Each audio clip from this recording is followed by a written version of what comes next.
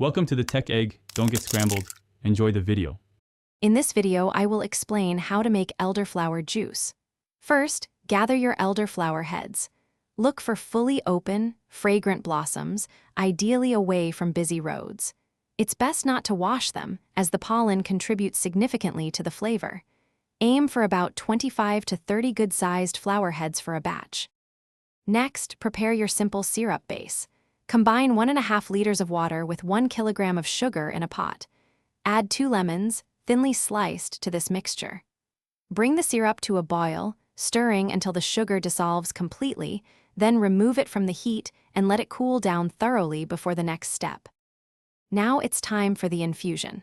Place your 25 to 30 elderflower heads into a large, clean container. Once the sugar syrup has completely cooled, pour it over the elderflowers and lemon slices. Make sure all the flowers are submerged. Cover the container and let it infuse in a cool, dark place for 2 to 3 days to develop its full flavor. Finally, strain and bottle your delicious elderflower juice. Carefully strain the liquid through a fine mesh sieve or a cheesecloth-lined colander to remove all the flower heads and lemon pieces. Pour the finished juice into clean, sterilized bottles. It can be stored in the refrigerator for a few weeks or frozen for longer enjoyment. Make meal prep easy with these leak-proof containers. Check the description for a link to these containers and other great deals. Thanks for watching. Consider subscribing if I helped unscramble your problems.